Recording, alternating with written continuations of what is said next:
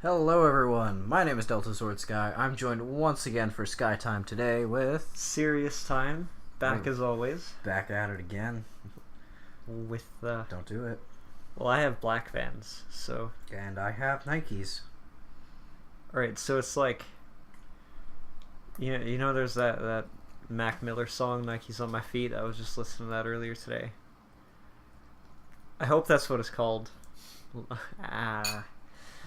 So today we were going to talk a little bit about generally nerd stuff, but with a primary focus on Dungeons and Dragons and its many tabletop RPG variants. It's gonna be an experience. It's gonna be a fun one. We're avid D&D players ourselves. We play a lot. We've been through at least 2 or 3 campaigns with each other. Oh, I just realized I messed up. What? My friend wanted me to write him a reference letter. Oh. That he needs for tomorrow. You'll be fine. It's only a couple paragraphs, actually. Okay. But one of the things he wanted me to mention was that he helps me with the D&D ideas sometimes. So, show that creative side of himself. Okay, hear me out. Hi, Zach.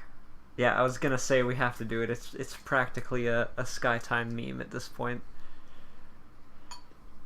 So, Triss, I'm gonna ask you some basic questions here. Okay. I'm going to continue eating food as I answer your questions. What is the best stat in D&D? The best stat in like D&D? 3.5. Okay.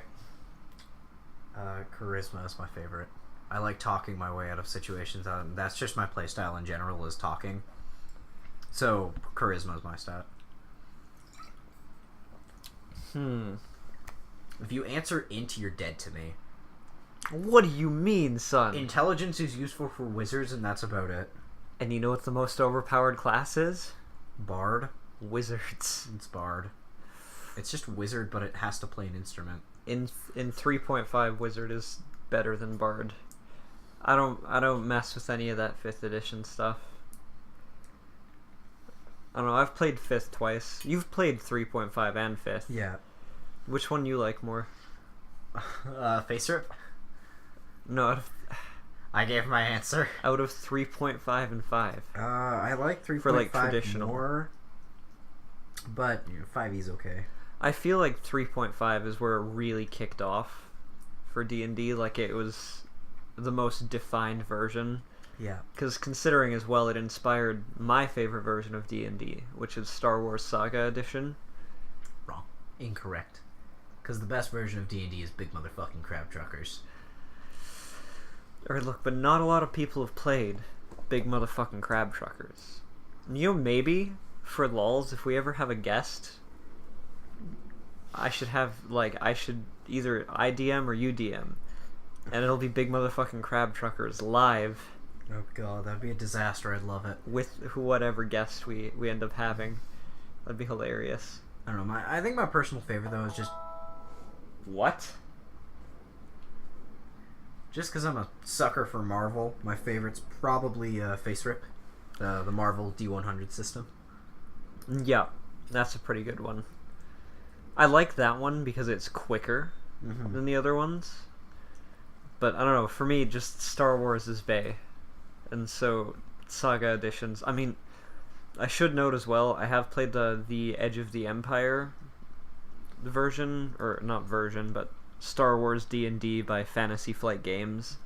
I actually incorporate some of the rules, mostly the space combat stuff, into Saga Edition when I play, but I don't find it nearly as good, the Disney stuff. Wizards of the Coast really knows what it is.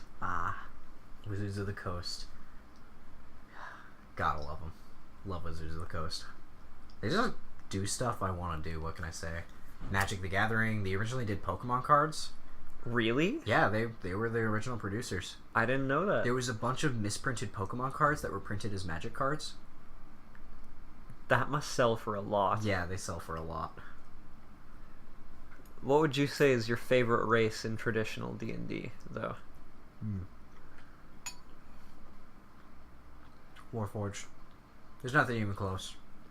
Sorry, for those who are unaware, I'll throw a picture up, but Warforged is essentially like a robot that runs on magic instead of electricity. It's awesome. And then quite frequently, but not always, they're ensouled in some sort of way, as in like a spirit is put into them.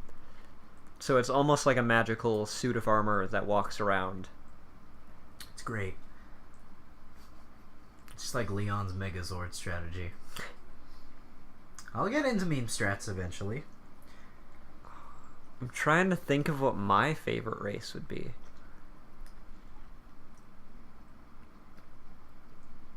That's actually a hard question. Because I've played a fair few.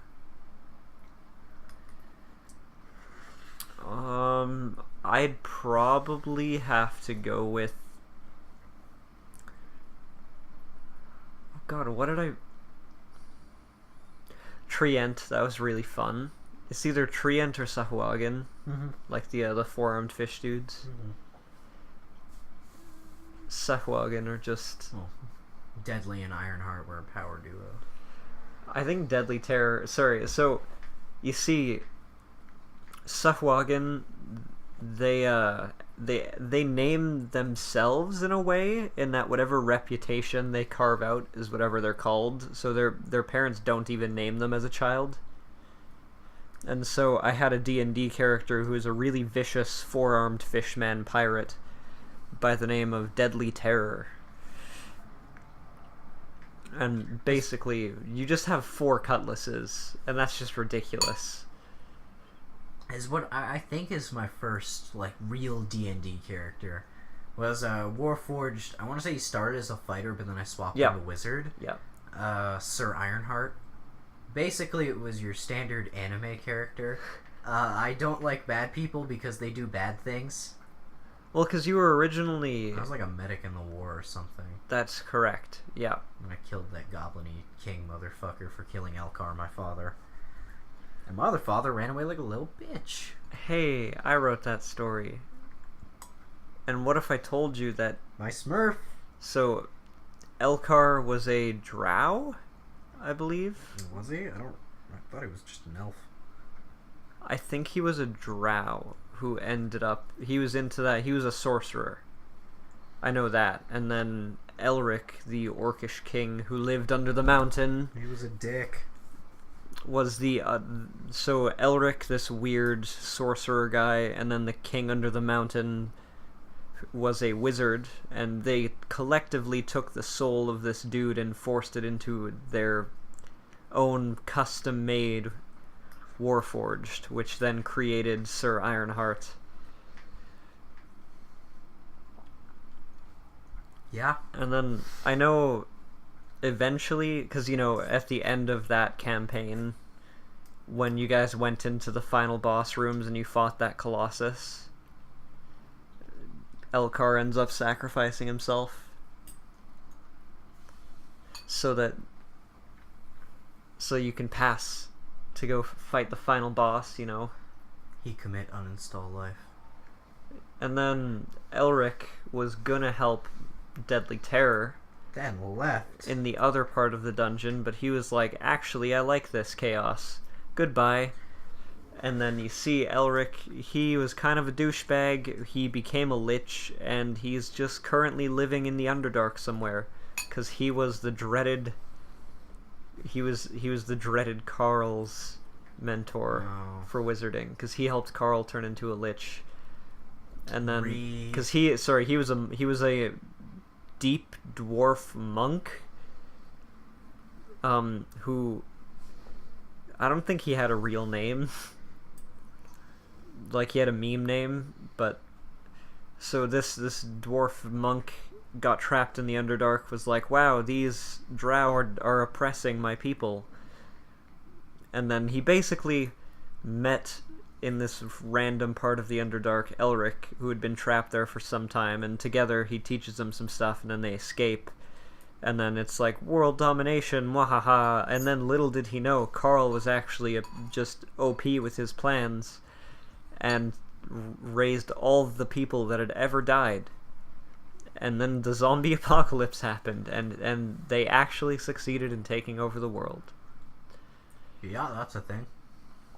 However, well, not all of the world, because there's one continent that they didn't end up doing that with.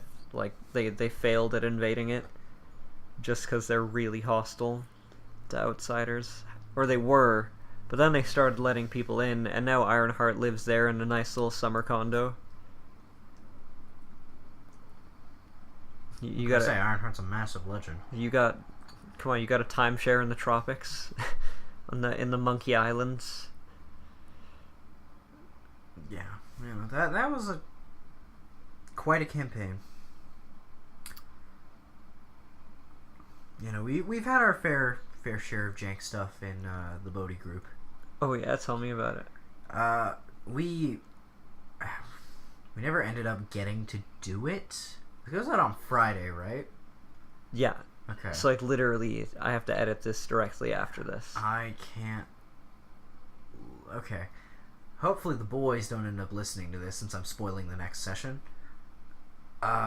Indirectly. So we had a strategy where Caden... Sorry. Hog Rider 121 is what he goes by. He was a bartender, or like a barkeep. Okay. So he bought his own tavern.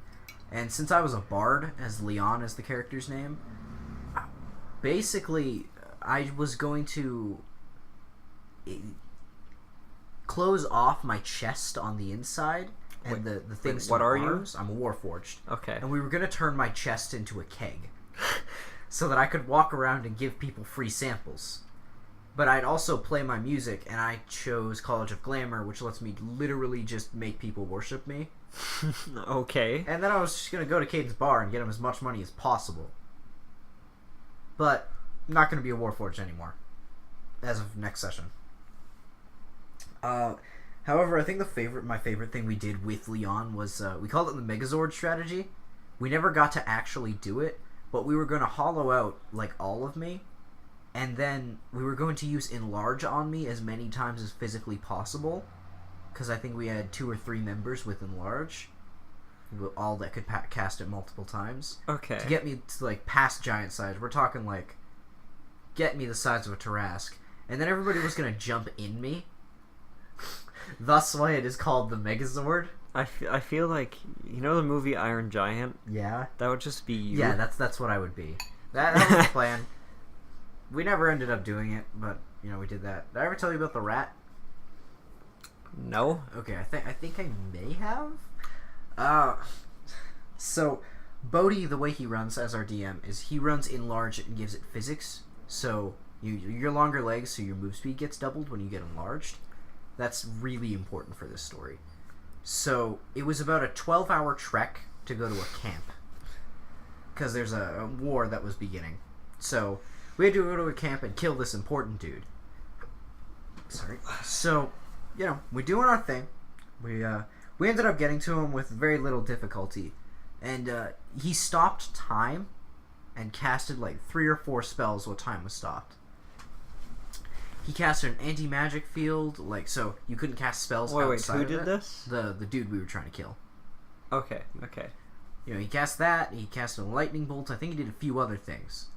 And then I pulled the most power move physically possible. I walked into the field so I could cast spells and polymorphed him into a rat. And then roll a 20 to scoop him up immediately. Oh no.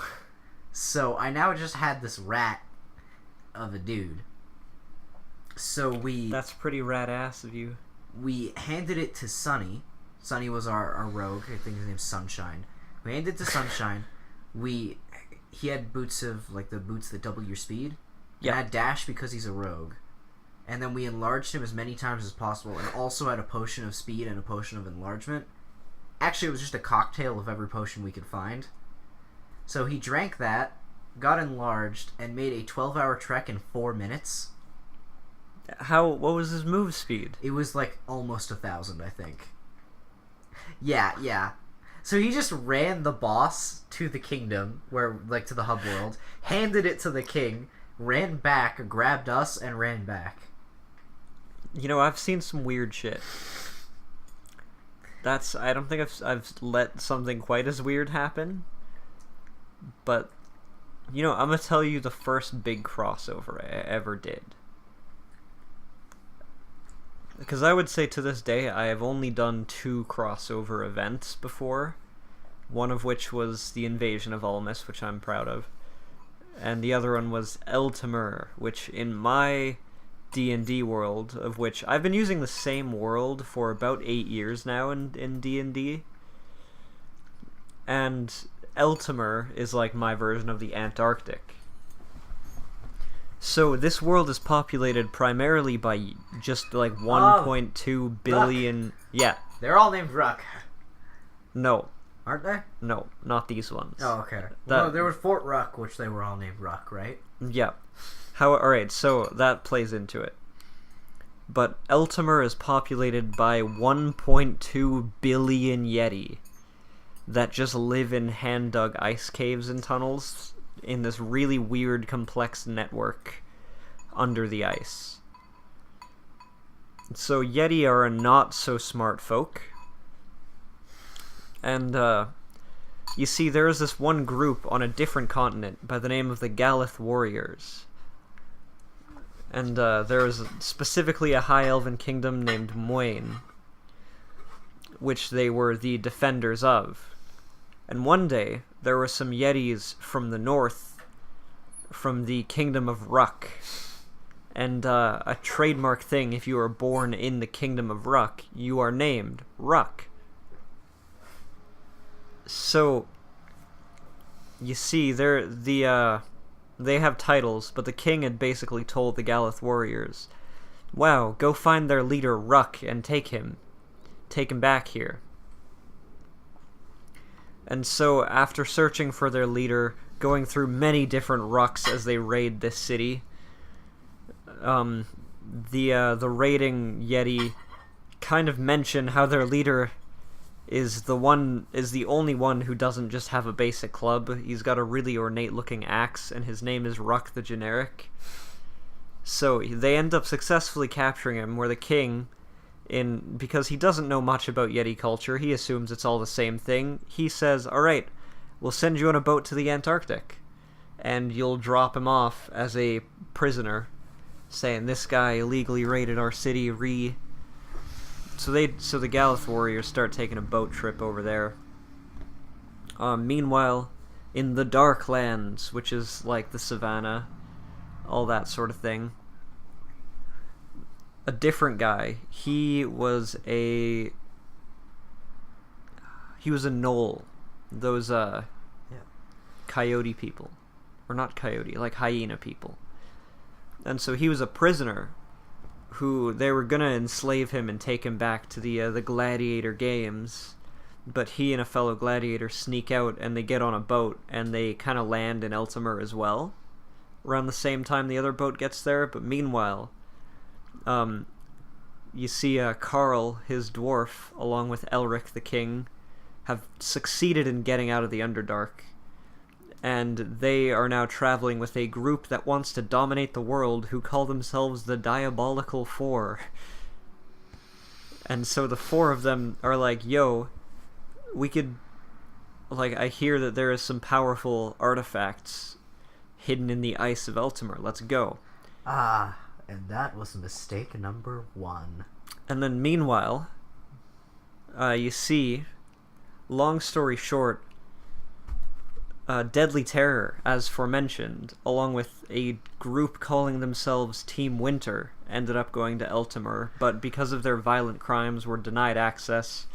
Deadly Terror wasn't having that, hopped off the ship, killed about 52 Yeti before he was beheaded and just kind of chopped up.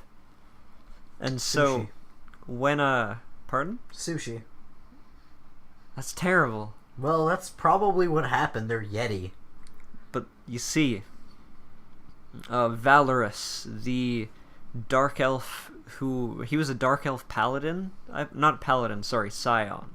So he did like some weird psychic stuff, and he could make crossbow bolts out of his mind and weird stuff like that. He, along with Pinesley, a treant paladin, heard about their former ally perishing, and so they traveled to go pay their respects, along with a group called the Mythical Four, who were a bunch of good guys. So you can understand when all of these people met, shit hit the fan. And, long story short, we kicked the living shit out of Carl.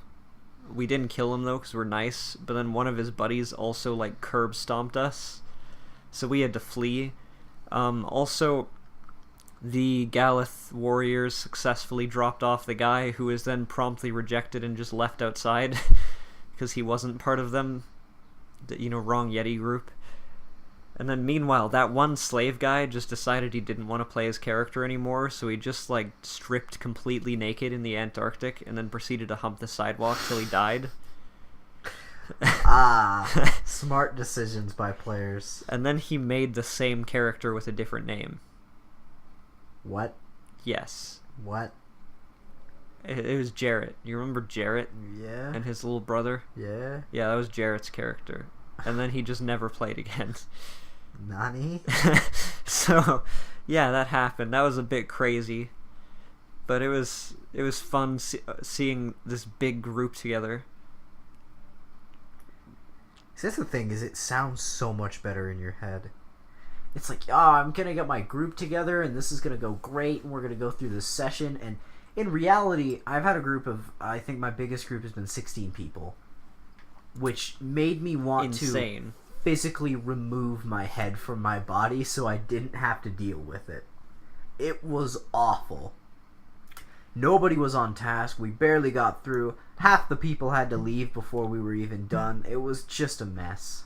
You see, that's why with the Invasion of Almas Star Wars D&D event that I did, I guess it was technically only a few people, but it was 3 different campaigns intersecting that works very well.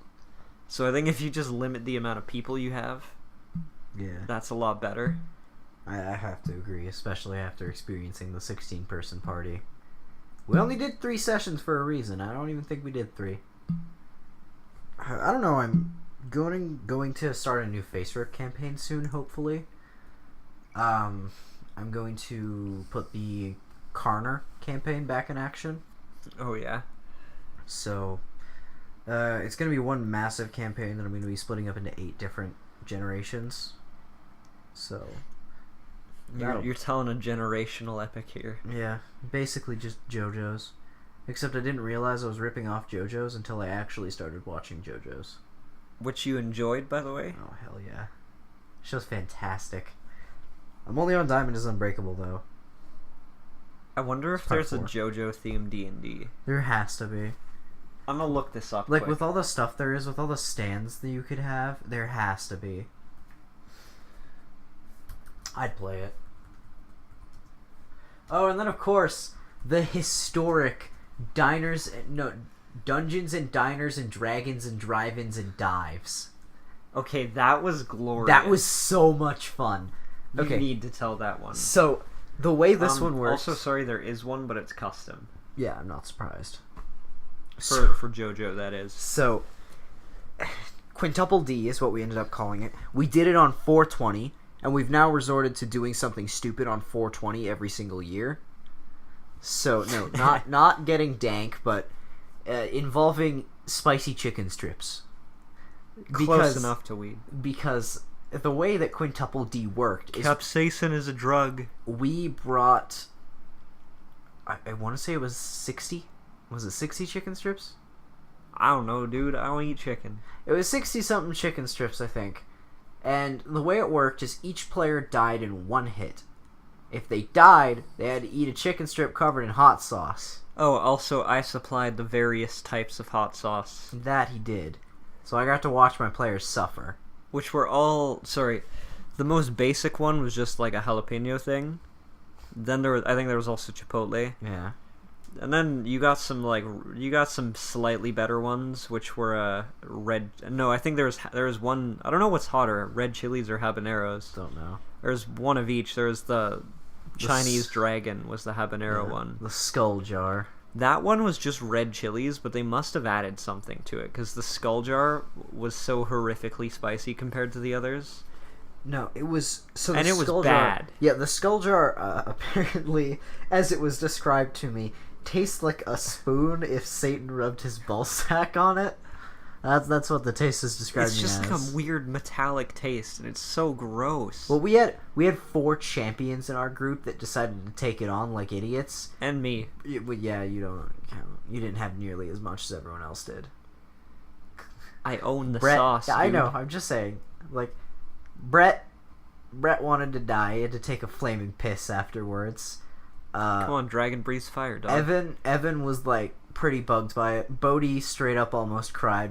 I've never seen a man down 2 glasses of milk that fast. And Bernard was completely unaffected. Like he just looked mildly disappointed. It's the culture. It's just so... They have a lot of spicy food. Just MLG. In a lot of African culture. Not to stereotype. Yeah, so that was the session. We went through all 60. A lot of players died, because that was the point. Oh yeah, there was one guy who could resurrect. Yeah, Bernard could resurrect. It was an experience. I probably... Well, I mean, we're doing something like it next year. I believe next year we're playing Minecraft on hardcore mode. Just stop. And when you die, chicken strip hot sauce. I don't think I'm hosting next year, though. I hosted this year. I can't wait, personally. It's a lot of fun to do. Yeah, that was Quintuple D. I've always wanted to just do some sort of Crab Truckers thing. Oh yeah, Crab Truckers is just stupid, and it's great. That's the point. It's great. Spider Tennis is less interesting, but Big Motherfucking Crab Truckers is fantastic. You know, I'm gonna talk about Invasion of Almus a little bit, just because that's the other big D&D that I did. Like, so wait, have you done like a crossover event before? Yeah, I've done tons. Like, yeah. What? Yeah. Like what? I've had a bunch of Marvel campaigns cross. Are they like just 2 people crossing though? No. Or like everybody cross? Bit of both. How many of like everybody crossing though? That's what I mean by like... Everybody crossing? Like 1 or 2. Yeah, because I've had 2. Well, you were there for them. Yeah, no, I mean like me.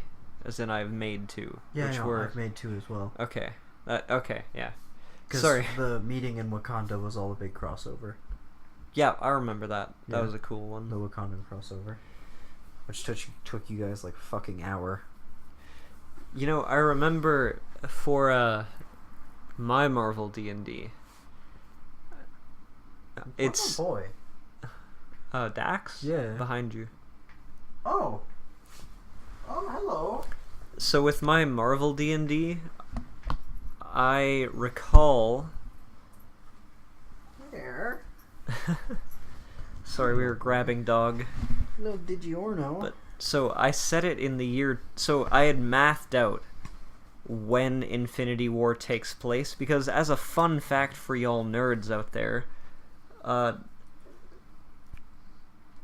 Marvel runs on a sliding time scale, which means to cut it short, time doesn't work the same way. Everything from 1962 to 2015 takes place in 15 years, starting in the year 2000. So that would place Infinity War, well, the comic didn't come out that year. Infinity War would theoretically take place in late 2008. And so I scoured through all of the rap albums from 2008 and all the most popular like Billboard hits, and that was all I played for any of those. I remember because my friend Tyler played. He was a mutant who was a rapper, and he was weird. I don't even remember what his power was anymore, to be honest. I just remember he was pretty thuggish. And then there was your character, the Comet. And then you guys were gonna have a crossover for Infinity War, but I never ended up getting to it, and then I kind of restarted your campaign. I don't know. I intend to have the Karner campaign similar. I don't know how to run the Karner campaign though, because I intend to run it with only one person. just going through all 8 generations. But at the same time, like, I don't know if I want to give different people generations. Because not everyone needs to be part of some generational epic. No, I mean, like, doing the different mini campaigns with different people. I kind of want to do them all as just the big campaign. The Carter campaign is going to be an experience, though, and it terrifies me. Why is that? Because I'm going from the 1800s to the future. Just one massive campaign. It's also a lot of character writing. No kidding. It's going to be an experience, and since I have them all named in parts in the generations, but I have all the generations named after music, so whenever I write for this, I just have a playlist of those 8 songs over and over again. I'm going to be a master. That's actually not a half bad idea, like, because I used to write, and I still do sometimes, I write Pulp Fiction. You edgelord. There was this one character that I wrote some stories about. His name's Climmer. He is a werewolf, basically. I know who Climmer is. Yeah, but for the people who aren't you. So in it, I had a really... Because basically, I figured this hasn't really been done much before. He is a werewolf who is also a gangster. So I had a very thug playlist that I would listen to as I would write all of the Climmer stuff. You gotta have accompanying music to your stuff, and like I'm starting to do it more now in D&D as well as have ambience. I find it really helps immerse me into it all. I do ambience. It's just that I actually have a lot of campaigns that end up taking place in the 40s. So playing 40s music is kind of weird since your dad shows up just like, Tris, you're gay for listening to this, and I'm like, no, you. I don't know. It's just it.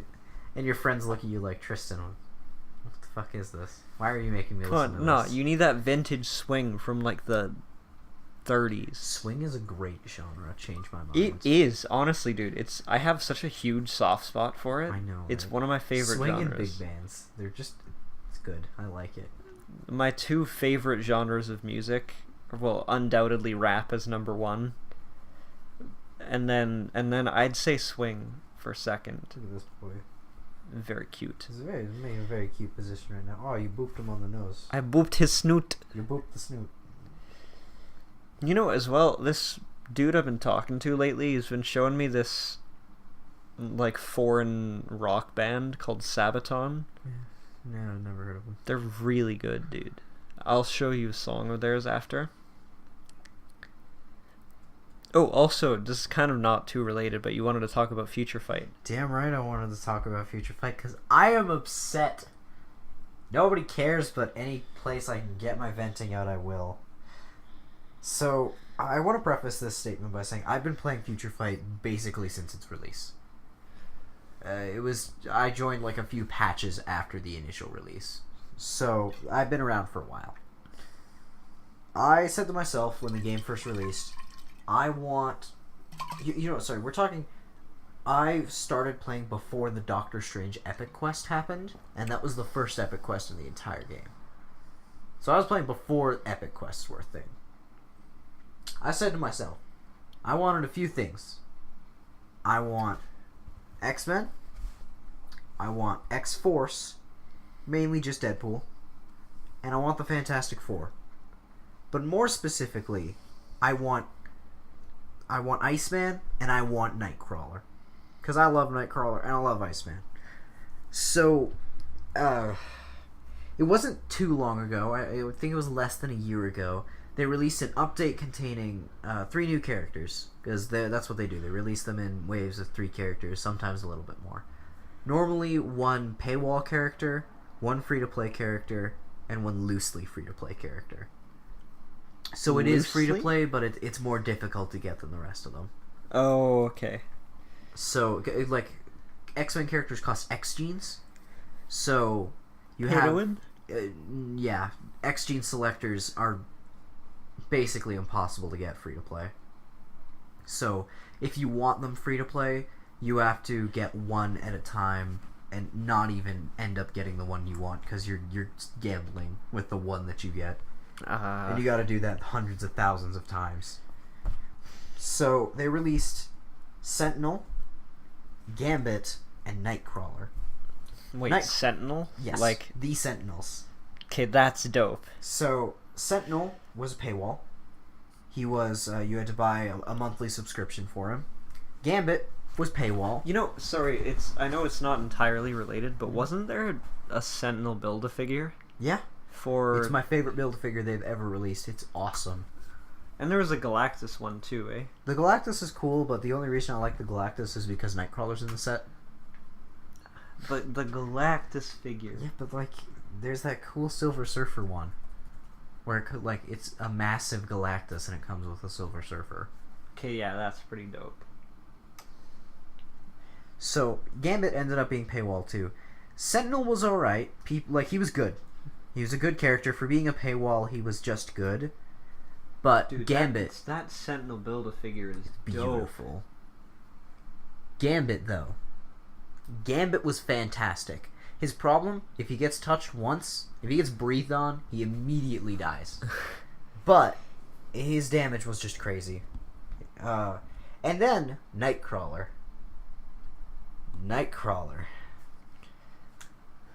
I'd probably argue when he was released, he's loosely free to play. He was probably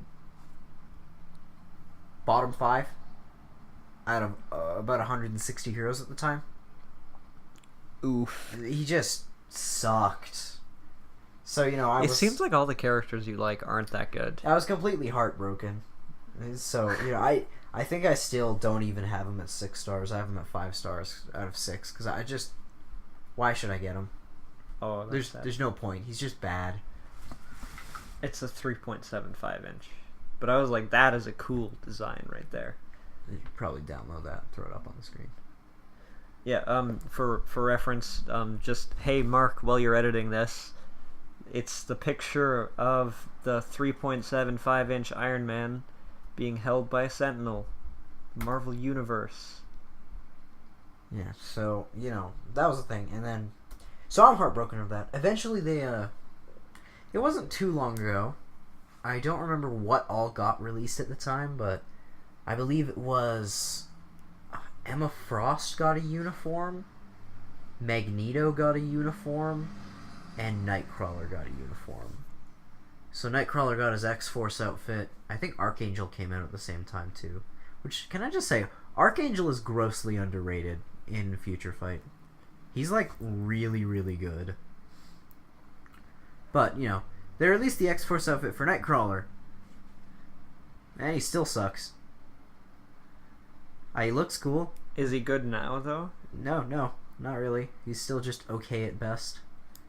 But after 3 years of Jeez, waiting... my hands are so sweaty.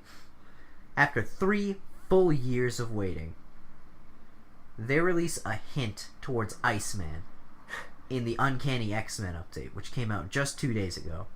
The 3 new characters they released are Bishop, Jubilee, and Iceman.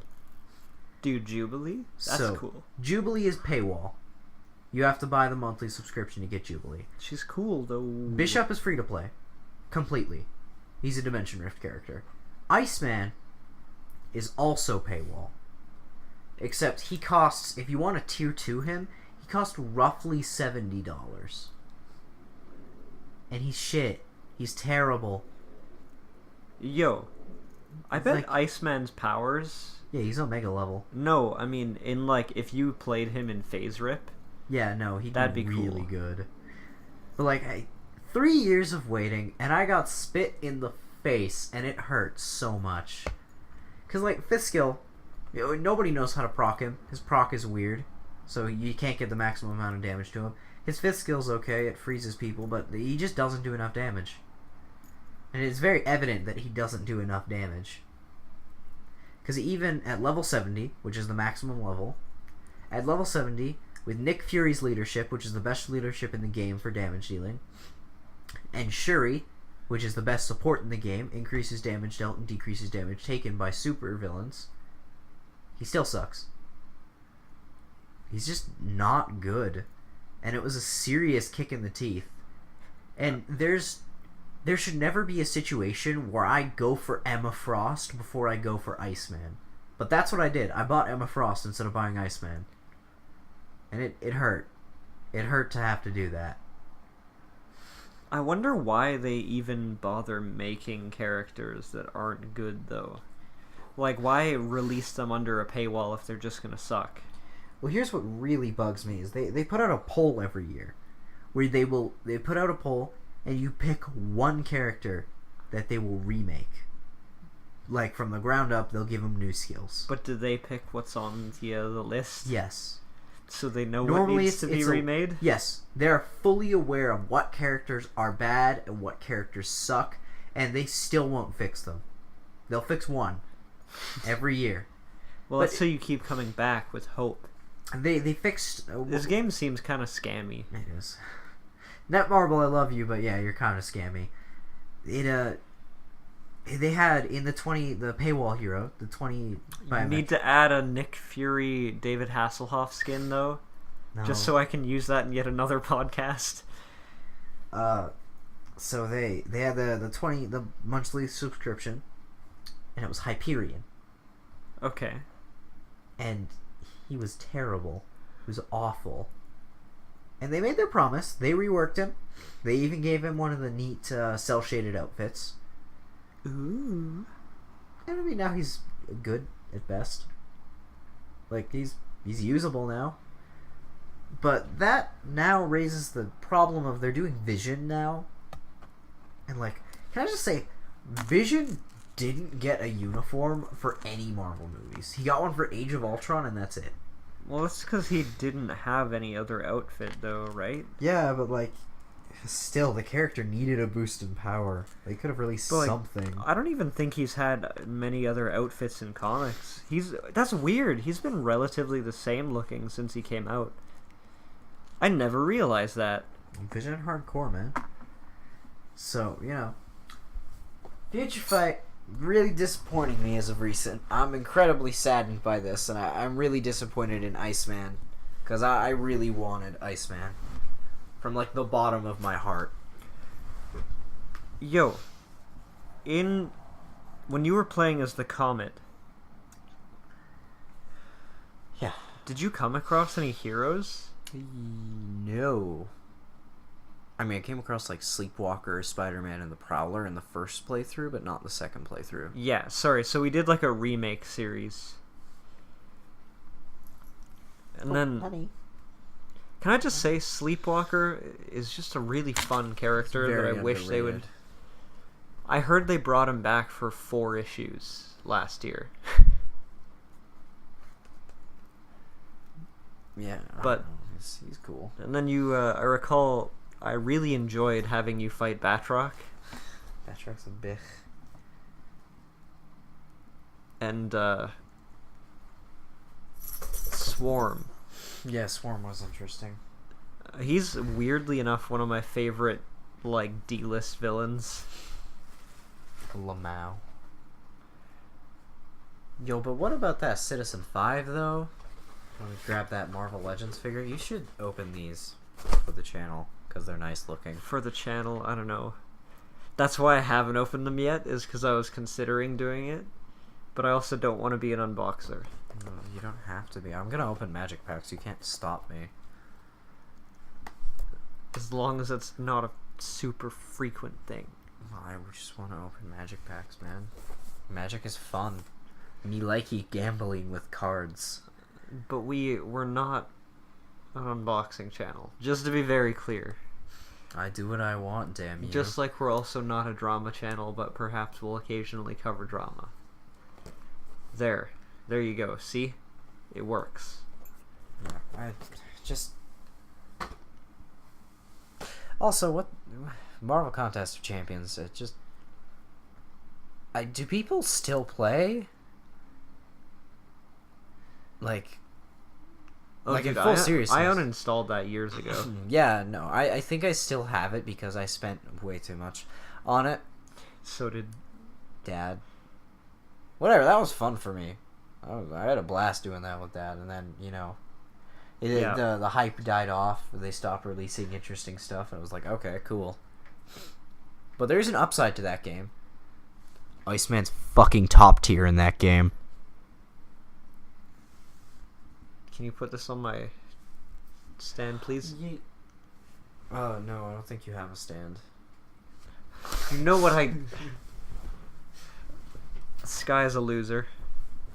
Now that right there is a correct statement. Oh boy. Yeah, no, I know they're releasing that the mobile MOBA soon. Oh yeah. I don't remember what it's called. This is completely unrelated, but when's the last time you heard about a new tabletop RPG? Not. I don't think in a I've while. heard since like 5th edition. Yeah, no. That makes me wonder. Well, bet a I guess Magic actually, one would be cool. I'm sure there is. Cause No, Wizards of the like there Coast. is. I know there is. It's a board game. Like I'm sure it would be entertaining, especially with War of the Sparks lore and my boy dying. I guess Fantasy Flight Games has had a few. They have their new. I don't know if it's the new. I'm gonna look that up actually. Why my boy Gideon gotta die though? Like, Because I don't know if they're still doing Force and Destiny or if they're past it now. don't know. Yeah, Force and Destiny. That was the last one from them. F. And I guess they've got source books though. The newest one being Allies and Adversaries. Don't know what it is. Yeah, but the last rule book was 2015 Ooh. for Star Wars D&D, which is like when they had newly acquired. Yeah. But hey, they're still making source books, which isn't half bad. Yeah. I I mean, don't know. I'm not personally the biggest fan of running my book. I like Star Wars source books because then that's where you find out all the weird random info about planets. Like, originally when people wanted to write Star Wars stories and they were approved, Lucasfilms would just send them a box of source books from Wizard of the Coast and say, here's how the planets do. Write a story. They would literally teach people how to Star Wars by giving them the source books. That's kind of funny. So I I don't know if they still do that with the story group. I find personally, because I love writing, so writing homebrew, I much prefer it.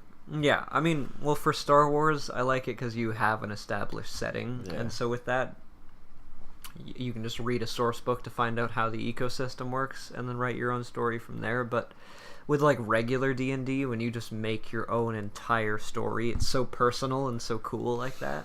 Yeah, I find it gets your party members a lot more into it, since you can build the characters, the companions, the people that die, the villains, all around your players. So the secret is you find what your players love the most. I and think then you could play do off that of it. in almost any D&D type, even Star Wars. I would But say that's applicable. The secret is, Bodhi, every single D&D character he's ever made has been a hardcore alcoholic. You should make a world where alcohol doesn't exist. No, so here's what I did. I simply made somebody who played off of, if you were drunk, you basically couldn't win a fight against him. He would bang on his shield and just cause you to lose all sense of direction. Until eventually Bodhi just passed out because he couldn't take it anymore. That's Oof. it. Yeah, no. That's kind of smart though. Well, yeah, It's like how done with him drinking.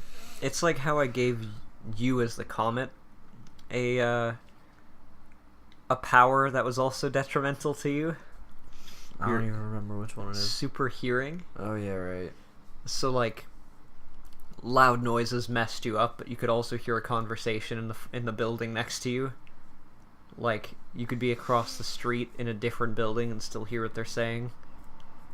That was a neat one, but like guns, you did not do great with guns. Yeah. I don't know. Marvel D&D is fun. What about Allworld? We haven't even mentioned Allworld yet. That's a custom of mine, which is in the phase rip system, but it's Marvel, DC, Image, IDW, most of what you can think of. Want. Yeah. Tried running it. Running it with you was an experience. I mean, not everybody can say, yeah, I played a symbiote and fought next to Drake. Dr. Dre. Yeah, Dr. Dre, sorry. No, Drake would be ineffective. Dr. Dre ripped. Yeah, Dr. Dre ripped and rich. He just Batman. Changed my mind. Well, you know that, like, Jaden Smith outfit where he's in the white Batman suit? Oh my god. No, well, in one of Eminem's songs, Eminem dresses up as Rat Boy. And then they're in the Ratmobile.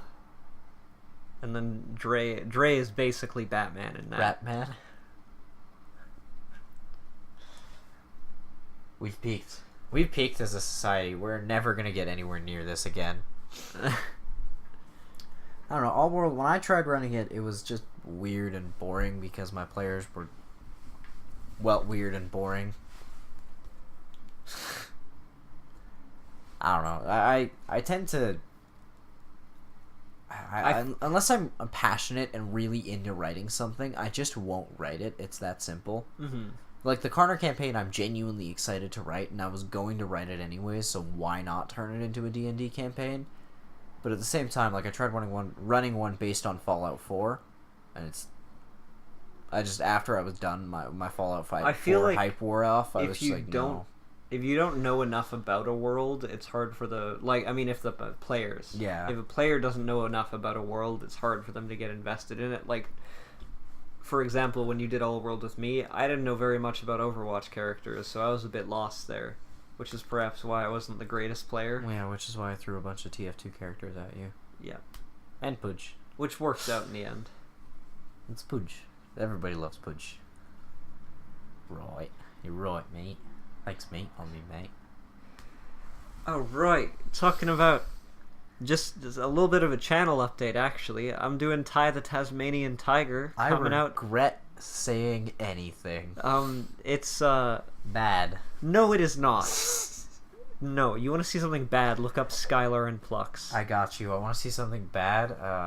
If my phone was charged, I'd sass you and bring up The Lost Frontier. That game is somewhat good. Somewhat? It's like a Jack. 0.1 out of 10? It's Jack. But, so, yeah, I'm doing Ty the Tasmanian Tiger, which I told you already. Yeah. I've got 2 episodes recorded. And then we, just yesterday, recorded 3 episodes of Paladins, where we were duos together. It's gonna be a thing. Don't miss it. And, we got, Smash Ultimate players playing Smash 64. Yeah, by the way, this is all over the course of the next, 3 weeks. My birthday's coming up soon. Very true. I actually have one of those Paladins videos where we're a duo coming out on your birthday. Oh, we don't even get a birthday special. Do you want a birthday special? Of course I do. Okay. Then we'll do a birthday special instead. Have you ever seen an Odd Ones Out subscriber celebration? No. Okay, he takes as many subscribers as he has and puts that many sprinkles on a cake. I'm so sorry. We're putting 1,500 sprinkles on a cake. You're gonna put like 10 sprinkles on a cake, dog. Oof. Nah, I don't need a birthday special. We have 9 subs as yeah, we're recording boys. this. Hey, you know when we did the last podcast? You know how many subs we had? 3. Okay, yeah, but last time we talked about something that was actually topical. Now we're talking about just random nerd shit. That's permanently topical. Okay, real talk though. Real talk. Hear me out. Iceman is underrated. As a character, or in Future Fight, or in as a character. Iceman doesn't get enough love. Iceman's awesome. Yeah, but future him talked past him into being gay, and I'm not about that, Marvel. I'm sorry. No. I'm talking pre-2015. Yeah, okay. Honestly, at least for me, when the Marvel Universe ended in Secret Wars 3, that's when the Marvel Universe ended for good for me. I liked Secret Wars, when the universes were all one. That's what I'm talking about. Yeah. Oh, I thought that was Secret Wars 3. When that universe started. I'll include that, but when they undid it all. Yeah, when they undid it all. No, even then, some of that was a bit cringy. I don't know, but Thor Corpse. Some of it was cool. Doom Bless America. Okay, If they put out God Doom in Future Fight, I'd probably cry tears of joy. Since Doom is very... Well, he's still fantastic, but get it? Fantastic Four, Doctor Doom. Just stop. He's just... Compared to the other native Tier 2s, there's 3 in total. There's Jean Grey, who got a massive buff this patch. Got a new uniform and a Tier 3, which is absolutely insane.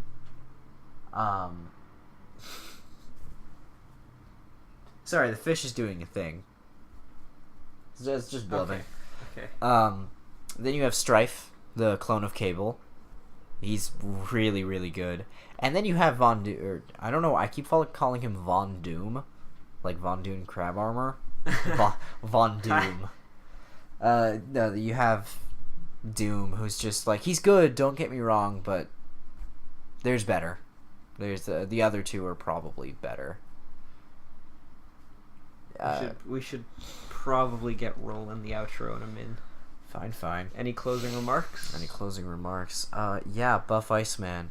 Anything D&D related you want to say before the end? Yeah. Make a Buff new... Iceman. Alright, my thing... Yeah, what about a new Face Rip edition, though? Because there I hasn't haven't been even one since, looked like, into the 90s. There might have been, and we just don't know. But the one we run is from the 90s. No, what I would say, get a different company to make Star Wars D&D. Give it back to Wizards. Coast. Not that Fantasy Flight does bad, but I don't like how weird it is. Like, I don't play Fantasy Flights for the fact that you have to get custom dice. You know what I hate? I hate it when people like extend their videos as long as possible to hit the 10-minute mark, like we're doing right now. Like what we're doing right now is it's so shameful. It's just slightly above. We're stretching the video to hit the 10-minute mark. Yeah, it's only been 5 minutes and 7 seconds. Yeah, definitely. All right, I mean, yeah, I guess that wraps it up. This was Sky Time. I'm Delta Sword Sky. And Serious Time. I'm being looked at as if I'm supposed to say something here. That's pretty edgy. Catch y'all on the flip side. That's pretty edgy! I was low-key hoping you would say it. Well, that's pretty edgy. Okay, well, good day, mate. Enjoy the tie tomorrow. Nani.